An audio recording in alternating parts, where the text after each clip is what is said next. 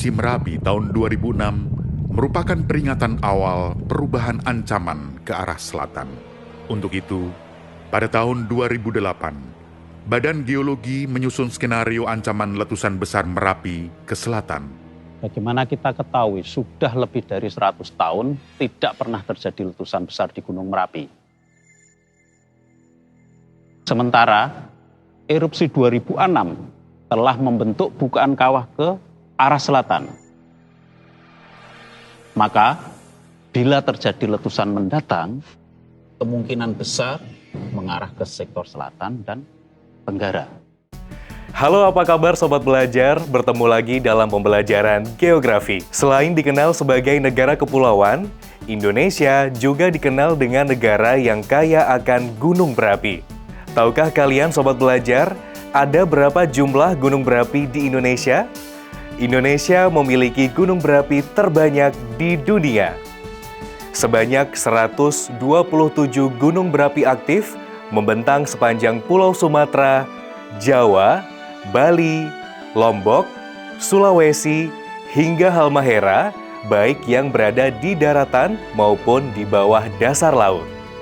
Adanya deretan gunung berapi di Indonesia sebenarnya sangat menguntungkan karena membuat tanah kita menjadi subur. Pemandangan alam yang indah, sumber berbagai jenis mineral dan juga kaya sumber energi. Namun, pada saat gunung berapi meletus, seringkali menyebabkan terjadinya bencana yang kadang sampai membawa korban jiwa.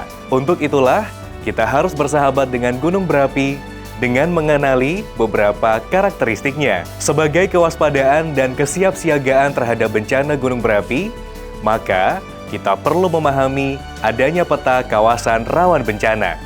Kawasan rawan bencana atau KRB adalah kawasan yang sering atau berpotensi tinggi mengalami bencana alam. Berikut merupakan tingkat kerawanan bencana gunung berapi. KRB 3 merupakan kawasan yang sangat berpotensi terlanda awan panas, aliran lava, guguran lava, lontaran batu, dan atau gas beracun. Kawasan ini meliputi daerah Puncak dan sekitarnya. KRB 2 merupakan kawasan yang berpotensi terlanda awan panas, aliran lava, lontaran batu, hujan abu lebat, hujan lumpur panas, aliran lahar, dan gas beracun. KRB 1 merupakan kawasan yang berpotensi terlanda lahar, tertimpa material jatuhan berupa hujan abu, dan atau air dengan keasaman yang tinggi.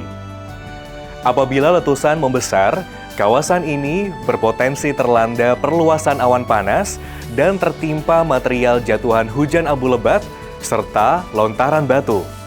Gunung meletus dikategorikan sebagai bencana alam yang masih dapat diantisipasi Sobat Belajar. Hal ini karena gunung berapi yang akan meletus biasanya disertai dengan tanda-tanda tertentu.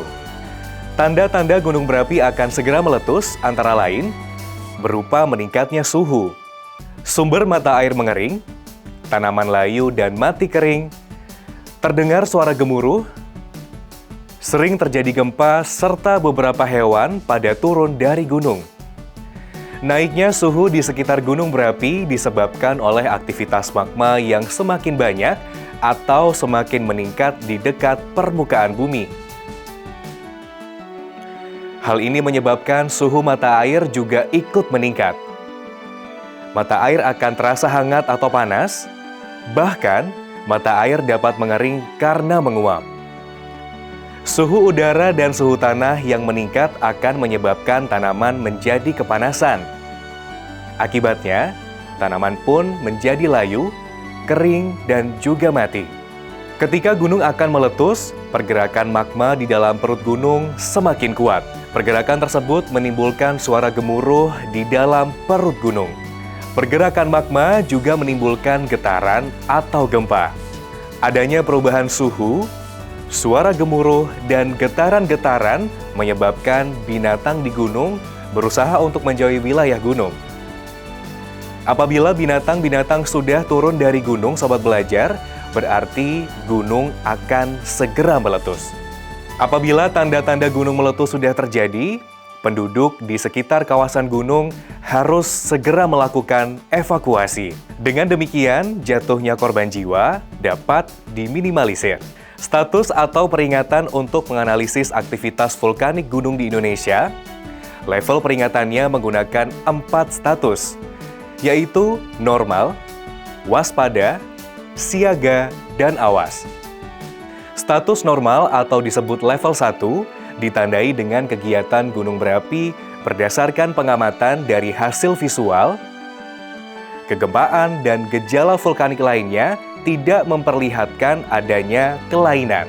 Status waspada atau disebut level 2 ditandai dengan adanya peningkatan kegiatan berupa kelainan yang tampak secara visual atau hasil pemeriksaan kawah, kegempaan, dan gejala vulkanik lainnya.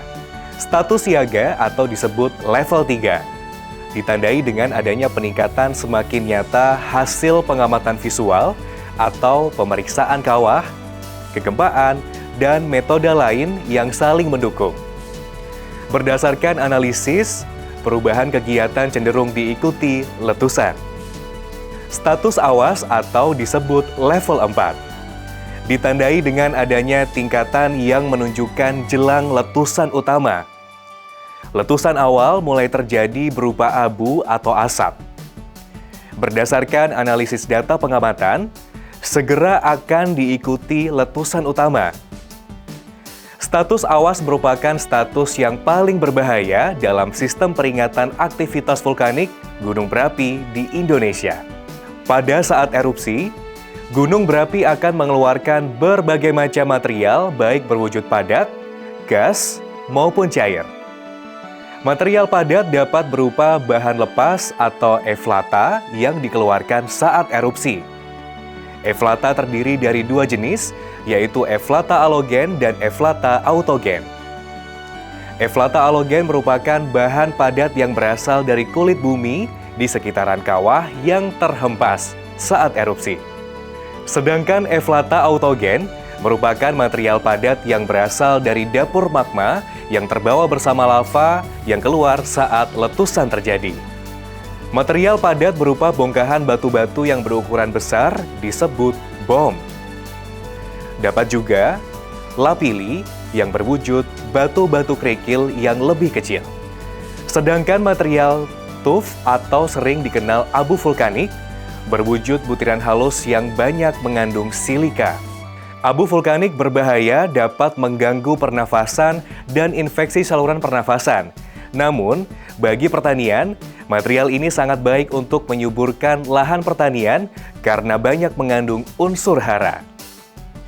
Magma yang keluar dari perut bumi mencapai permukaan disebut lava. Lava yang mengalami pendinginan dan mengeras akan menjadi batuan beku. Lava yang bercampur dengan lumpur dan air akan berubah menjadi lahar. Lahar memiliki sifat yang sama dengan air, yaitu mengalir dari tempat yang tinggi ke tempat yang lebih rendah. Lahar dapat berupa lahar panas maupun lahar dingin. Lahar panas terbentuk dari endapan bahan lepas di sekitar lubang kepundan gunung berapi, bercampur dengan air panas dari dalam kawah, meluncur dan membawa batu-batu besar. Sedangkan lahar dingin, sobat belajar, terbentuk dari endapan bahan lepas seperti pasir dan kerikil di sekitar lubang kepundan gunung berapi yang bercampur air hujan dan meluncur yang dapat mengangkut batuan besar dan menimbun daerah yang dialirinya.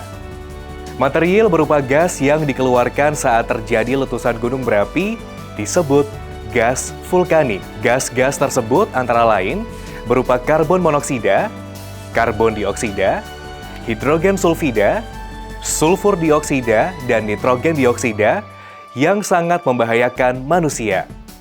Material lain yang sangat berbahaya saat gunung berapi meletus adalah awan panas atau yang sering disebut dengan wedus gembel. Awan panas merupakan aliran material yang mengalir bergulung seperti awan. Di dalam gulungan ini terdapat batuan pijar yang sangat panas dan material vulkanik padat. Suhu material bisa mencapai 300 sampai 700 derajat Celcius dengan kecepatan lebih dari 70 km per jam. Untuk mencegah terjadinya korban jiwa letusan gunung berapi, Kesiapsiagaan dapat dilakukan baik sebelum, saat, dan setelah gunung berapi meletus. Kesiapsiagaan sebelum gunung berapi meletus dapat dilakukan antara lain dengan memperhatikan arahan dari Pusat Vulkanologi dan Mitigasi Bencana Geologi dan perkembangan aktivitas gunung berapi, mengetahui jalur evakuasi, serta menyiapkan skenario evakuasi lain jika dampak letusan meluas di luar prediksi ahli. Saat terjadi letusan gunung berapi, kesiapsiagaan dapat dilakukan dengan tidak berada di lokasi yang direkomendasikan untuk dikosongkan, tidak berada di lembah atau aliran sungai, gunakan kacamata pelindung serta masker, dan juga pakaian tertutup yang bisa melindungi tubuh seperti baju lengan panjang, celana panjang, dan juga topi. Kesiapsiagaan setelah gunung berapi meletus dapat dilakukan dengan mengurangi paparan abu vulkanik, sobat belajar, menghindarkan mobil di daerah yang terkena hujan abu, membersihkan atap dari timbunan abu vulkanik, serta mewaspadai wilayah aliran sungai yang berpotensi terlanda bahaya lahar pada musim hujan. Baiklah sobat belajar, untuk selanjutnya bersama-sama mari kita simpulkan tentang langkah apa saja yang dapat kita lakukan untuk tetap bersahabat dengan gunung berapi. Yang pertama, kita harus memahami peta kawasan rawan bencana dan status aktivitas gunung berapi. Apakah pada status normal, waspada, siaga, atau awas? Kita juga harus mengenal tanda-tanda gunung berapi yang akan meletus serta material berbahaya yang dikeluarkan saat gunung berapi meletus, baik yang berwujud padat, gas, maupun cair. Selanjutnya, untuk mencegah terjadinya korban jiwa, kita juga harus melakukan kesiapsiagaan dalam menghadapi erupsi gunung berapi, baik sebelum, saat, maupun setelah gunung berapi meletus. Demikianlah pembelajaran geografi mengenai bagaimana bersahabat dengan gunung berapi. Semoga dapat meningkatkan rasa syukur kita kepada Tuhan Yang Maha Kuasa. Sampai bertemu lagi dalam pembahasan materi berikutnya. Sampai jumpa dan terima kasih.